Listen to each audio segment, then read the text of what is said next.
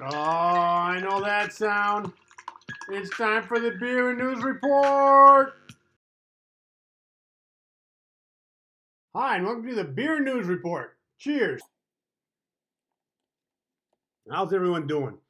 I just want to say thanks to all the comments, the thumbs up, the happy faces, the LOLs that everyone gave me for making the Lazy Man cooking show. That was awesome. Cheers to you guys. But I also got called out. Some people said that I really didn't cook anything. You know, making a sandwich or dip, that's not really cooking. Oh yeah? Well, your mama's not really a woman. Ha! So there. No, but really, they called me out and they said, hey, you didn't cook anything. Do you even really know how to cook? And so I was like, yeah, I can cook. And I'm not good at it, but I can cook. And we went back and forth and they said, well, you know what? Thanksgiving's coming up. Can you cook a Thanksgiving dinner? And I said, yeah, I've done it before. I can cook a Thanksgiving dinner. So today's show is going to be how to cook a Thanksgiving dinner. And sit back, grab a beer, get some notes ready, because it's going to be a good time. Cheers.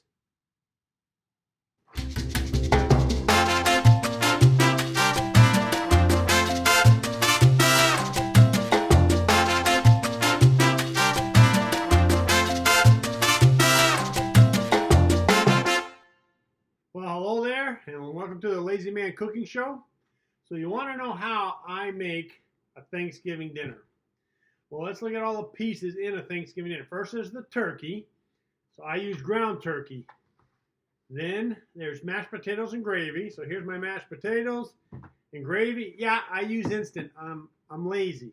All right, get used to that part. And then corn. You need stuffing, right? You got to have stuffing on Thanksgiving. So stuffing. And then you pick a vegetable. I like corn. That's usually what I have during Thanksgiving. I know some of you use green beans, but they're okay. But I use corn. Got my corn right here.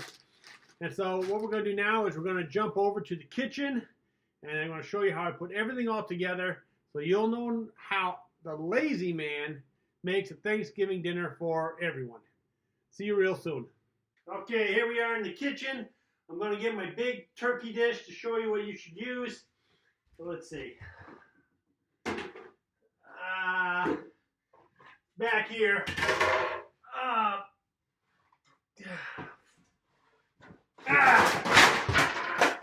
got it. That's the turkey dish you want to use if you're doing for a big meal. But I'm not going to use this big one. I'll show you what I'm using just in a second. I got to clean this mess up. I'll be right back. Okay, so here we are in my kitchen. I've already cooked everything. This is the ground turkey, and I've already placed it in my cooking dish. And again, this is just for me. So next I add the turkey gravy, and we're just going to put a nice thick coat. Make sure it's heavy. And I dump the whole jar of turkey gravy in it. Next, we add the corn.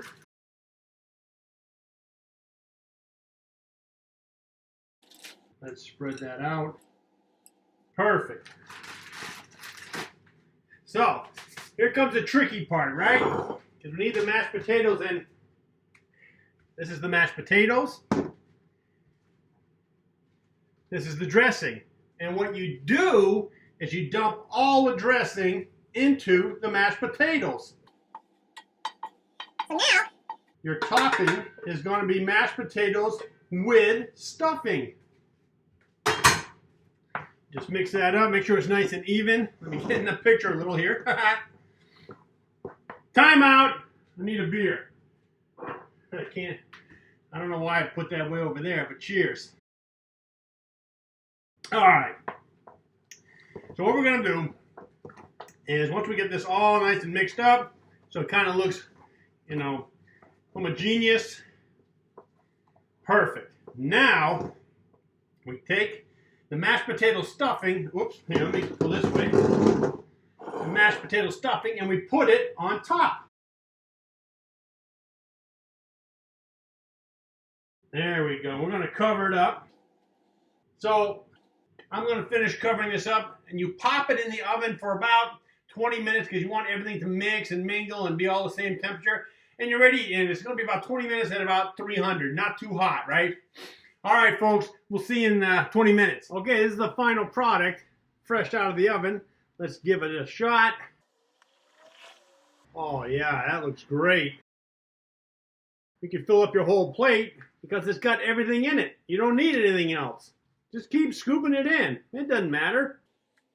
And now, it's time to have Thanksgiving dinner. Happy cooking, everyone. And here we go. It's like Thanksgiving shepherd's pie. Delicious. Isn't that a great idea? It's all in one. There's no fuss. There's no muss. Just passing the pan around, you scoop out as much as you want. It's a piece of cake.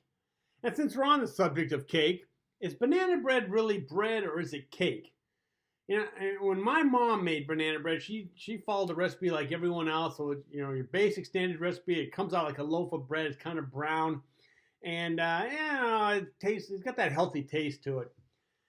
Then one day, my dad decides he's going to make banana bread. And my dad doesn't follow the rules. So after dinner, he pulls out the banana bread and says, okay, eat it up. And, I'm a family of 5 kids at the time.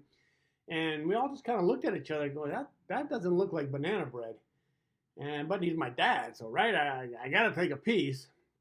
So I started eating it going, God dang it, this is the best banana bread I've ever had.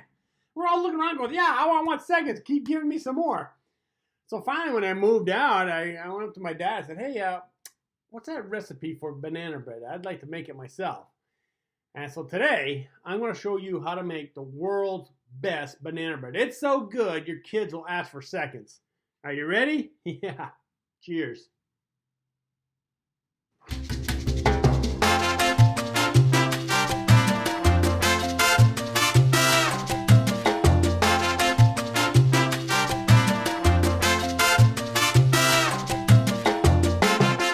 Well, hello there. This is the Lazy Man Cooking Show, and I've got a special treat for you today. I'm going to teach you how to make banana bread like my dad makes. I know what you're thinking. Hey, Art, banana bread sucks. It's brown, it's got bananas, it's healthy. Well, get that out of your mind, because this recipe makes banana bread so awesome that even kids will want to eat it. Huh? Have I got your interest now? Okay, how does this work? Well, first you got to get some old bananas, and that should be easy because bananas last like a day or two. And then you need to get some cake mix. And I got the funfetti cake mix because, it's got funfetti in it. This is going to be great for kids. Now, I'm going to take all this. We're going to go to the kitchen. I'm going to show you how to make it. Of course, it's really easy. You probably already know how to make it. But let me just show you anyways, and then we'll come back. Take care. Okay, so here we are in the kitchen. I've got my cake mix right here. I got all the other ingredients in here. I'm just going to blend them together and then mix it up and pour it in the batter. Gonna go a little fast, have a little music in the background as normal. Just watch.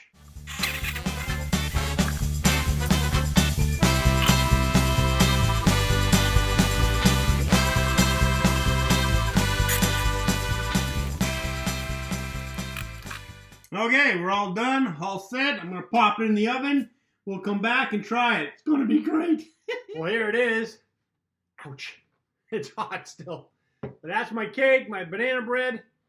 And you can see the little sprinkles in there for the kids. I've already had 3 pieces. This is my 3rd piece. It's great. I love this stuff. I'm telling you, everyone in your family's going to love it. It's the best idea my dad ever made. And I highly recommend you try it. Happy cooking. That's what I'm talking about. Yeah, you're right. Technically, that should be called banana cake, but I prefer calling it the world's best banana bread. So that's all the recipes I have for the Lazy Man Cooking Show. I hope you at least try one. Wait a minute. I'm going to sneak in another recipe for you. This goes back to the days when I was living in an apartment with my roommate, and that roommate was Tony Ramsey from South Carolina. So here's how the story goes.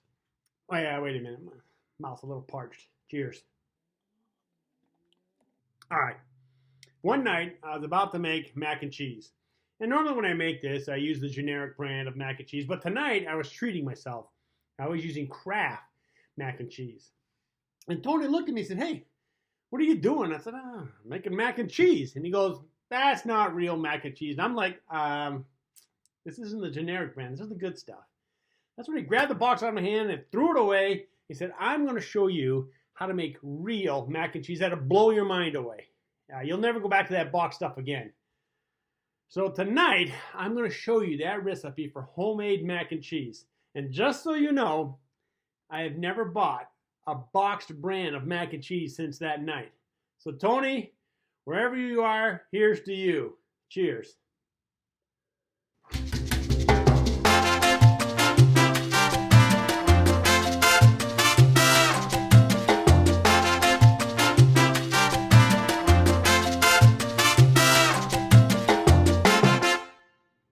Okay, we're here for the Lazy Man Cooking Show. I'm going to teach you the world's greatest recipe for mac and cheese.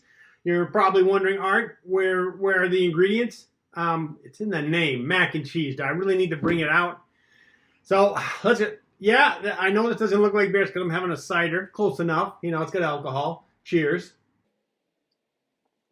So let's head over to the kitchen. I'll show you how it's done. See you there. All right, here we are in the kitchen. I've already cooked my macaroni. Yeah, I know what you're saying. That doesn't look like macaroni, and you're right, it's not. I use gamelli, and I use it because I tried macaroni. Not a huge fan. I'd rather have more spaghetti in it, and don't try regular spaghetti. That doesn't work. But anyways, this is the gamelli. We'll call it macaroni for now. Got the macaroni in here, and I got my cheese right here, and this is a combination of cheddar jack cheese. So what you're going to do is you're going to put some, well, heck, let's just pour it in. You're going to put a lot of cheese in there. All right, and then add 2 eggs. Now, if I could split this. Tony originally told me the reason why we add eggs, but I am not a good note taker, so I don't know why we add eggs. But I'm just going to say it makes it taste better. And then what I do, to make the mixing easier, I add some milk. Because it just makes it easier to spread everything around. It doesn't matter how much you add, just enough to make it all mix. So again, I'm going to put on some music, we're going to stir this up, and I'll come back to you when it's all ready.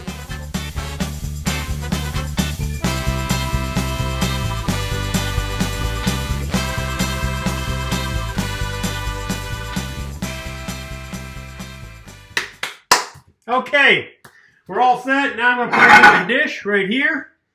Real simple. Just pour it in like that. Okay. Spread it around nice and evenly.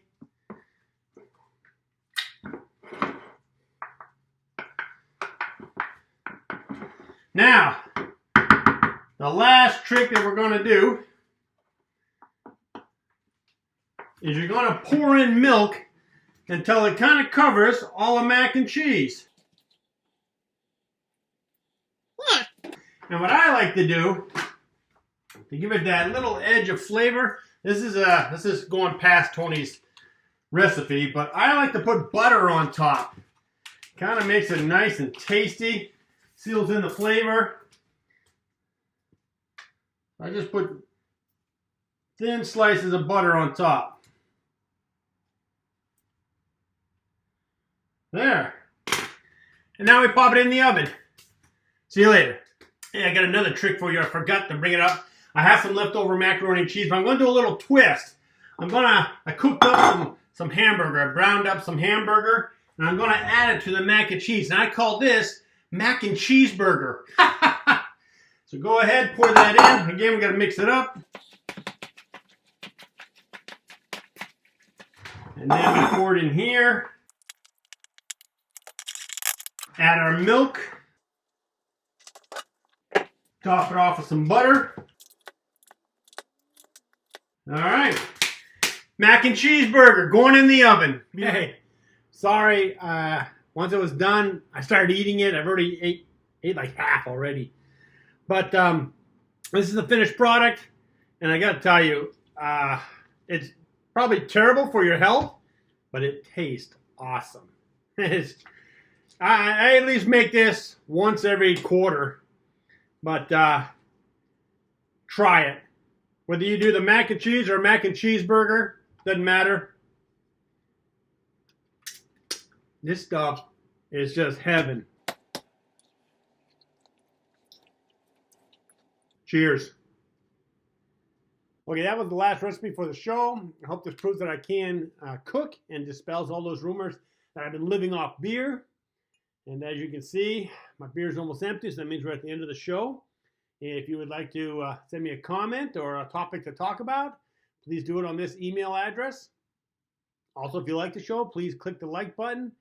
And if you'd like to be notified of more, you click the subscribe button, and there's this little bell next to it. You click that, and that's the notification bell.